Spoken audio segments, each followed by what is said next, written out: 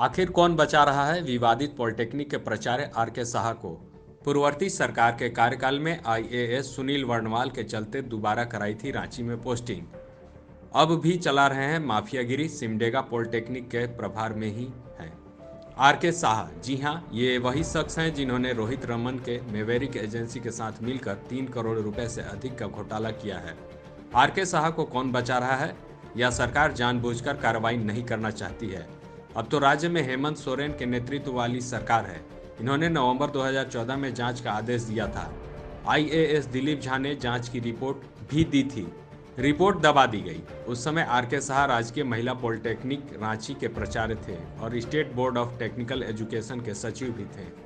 इन्होंने पॉलिटेक्निक के विभिन्न सत्रों को लेकर होने वाली परीक्षा का संचालन और प्रमाण पत्र देने का ठेका उपरोक्त एजेंसी को दे रखा था।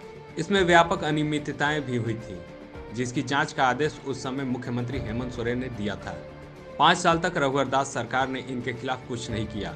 इसमें 3 आईएएस का नाम भी शामिल है। इसके अलावा विज्ञान प्रौद्योगिकी विभाग के सहायक निदेशक स्नेह कुमार, विभाग के निदेशक अरुण कुमार, सचिवालय सहायक संवर्ग के 3 अधिकारी भी शामिल हैं। कहा जाता है कि कार्रवाई संबंधी फाइल विभागीय सचिव के पास पड़ी हुई है। पूर्ववर्ती सरकार रघुवर दास के कार्यकाल में इस संचिका पर कुछ हुआ ही नहीं।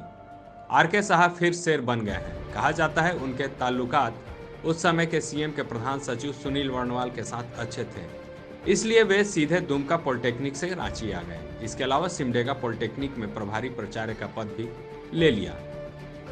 अभी ये पॉलिटेक्निक की परीक्षा में घालमेल कर रहे हैं। अब तो यह कहते हैं कि इनका कोई कुछ नहीं कर सकता है।